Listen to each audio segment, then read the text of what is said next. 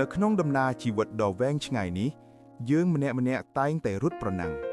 យើងរត់ដើម្បីស្វែងរកអ្វីម្យ៉ាងដែលយើងហៅថាការទទួលស្គាល់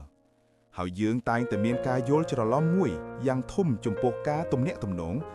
យើងតែងតែគិតថាដើម្បីឲ្យគេចូលចិត្តយើងត្រូវតែជាមនុស្សដែលពូកែនិយាយយើងត្រូវតែជាមនុស្សដែលមានរឿងកំប្លែងច្រើនយើងត្រូវតែជាមនុស្សដែលចេះដឹងសពគ្រប់ហើយយើងព្យាយាមបង្ហាញព្យាយាមបញ្ចេញព្យាយាមស្រែកប្រាប់ពិភពលោកថាខ្ញុំនៅទីនេះខ្ញុំអស្ចារ្យណាស់ប៉ុន្តែការពិតនៃធម្មជាតិមនុស្សគឺផ្ទុយស្រឡះពីអ្វីដែលយើងគិតនេះគឺជាចិត្តសាស្ត្រទី1ដែលជាកូនសោដ៏សំខាន់បំផុតនោះគឺអំណាចនៃភាពស្ងៀមស្ងាត់និងការស្ដាប់ដោយយកបេះដូងបុរាណអាចារ្យខ្មែរយើងតែងតែមានពាក្យមួយឃ្លាថាត្រីស្លាប់ព្រោះមាត់ពាក្យនេះមិនត្រឹមតែដាស់តឿនយើងឲ្យប្រយ័ត្នពាក្យសម្ដីប៉ុណ្ណោះទេតែវាក៏ប្រាប់យើងដោយន័យធៀបថា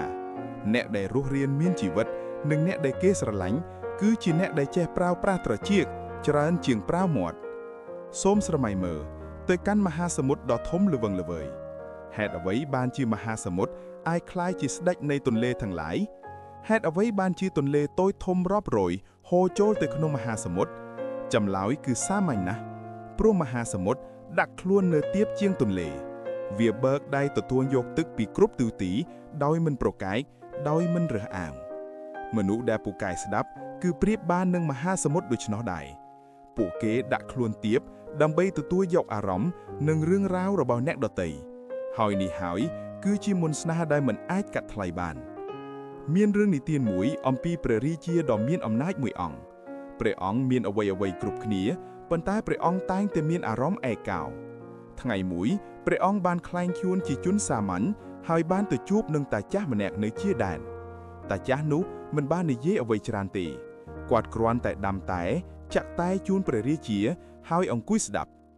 ព្រះរាជាបានរៀបរាប់ពីទុក្ខកង្វល់ពីការភ័យខ្លាចពីក្តីសុបិនតាចាស់គ្រាន់តែងក់ក្បាលញញឹមនិងសំឡឹងភ្នែកដោយក្តីអាណិតអាសូរមិនមានដំបូន្មានមិនមានការកាត់សេចក្តីមិនមានការអួតអាងនៅពេលព្រះរាជាត្រឡប់មកវិញទ្រង់បានបន្ទូលថាតាចាស់នោះគឺជាមិត្តដ៏ល្អបំផុតដែលយើងធ្លាប់មានតើអ្នកឃើញទេតាចាស់នោះមិនបានធ្វើអ្វីសោះក្រៅពីការផ្ដល់វេទិកាធម្មជាតិនៃមនុស្សគឺស្រឡាញ់ខ្លួនឯងមនុស្សម្នាក់គឺជាតួឯកនៅក្នុងរឿងនិទានជីវិតរបស់ពួកគេនៅពេលដែលពួកគេជួបអ្នកអ្វីដែលពួកគេចង់បានបំផុតមិនមែនជាការស្ដាប់រឿងរបស់អ្នកទេតែជាឱកាសដើម្បីឲ្យពួកគេបាននិយាយពីខ្លួនឯងនិយាយពីស្នាដៃរបស់ពួកគេនិយាយពីបញ្ហារបស់ពួកគេនិងនិយាយពីក្តីសង្ឃឹមរបស់ពួកគេនៅក្នុងសង្គមសពថ្ងៃនៅពេលដែលយើងអង្គុយផឹកកាហ្វេជាមួយមិត្តភក្តិតើអ្នកសង្កេតឃើញអ្វីខ្លះមនុស្សភាគច្រើនមិនបានកំពុងស្ដាប់គ្នាទេពួកគេគ្រាន់តែរង់ចាំដល់វេនរបស់ពួកគេនិយាយតែប៉ុណ្ណោះនៅពេលម្នាក់កំពុងនិយាយម្នាក់ទៀតកំពុងរៀបចំប្រយោគនៃខ្នោះខួរក្បាលរបស់ខ្លួនដើម្បីនិយាយកាត់ឬនិយាយបដូរប្រធានបទមកចូលរឿងរបស់ខ្លួនវិញទេនេះមិនមែនជាការសន្ទនាទេវាគឺជាការដណ្ដើមគ្នាដើម្បីក្លាយទៅជាចំណុចកណ្ដាលប្រសិនបើអ្នកចង់ឲ្យគេចូលចិត្តអ្នកភ្លាមចូលធ្វើជាអ្នកស្ដាប់ដ៏កំរនៅពេលនរណាម្នាក់និយាយចូលស្ដាប់ដោយយកចិត្តទុកដាក់ស្ដាប់មិនមែនត្រឹមតែឮសំឡេងទេតែស្ដាប់ឲ្យដល់អារម្មណ៍ដែលលាក់នៅពីក្រោយពាក្យសម្ដីនោះ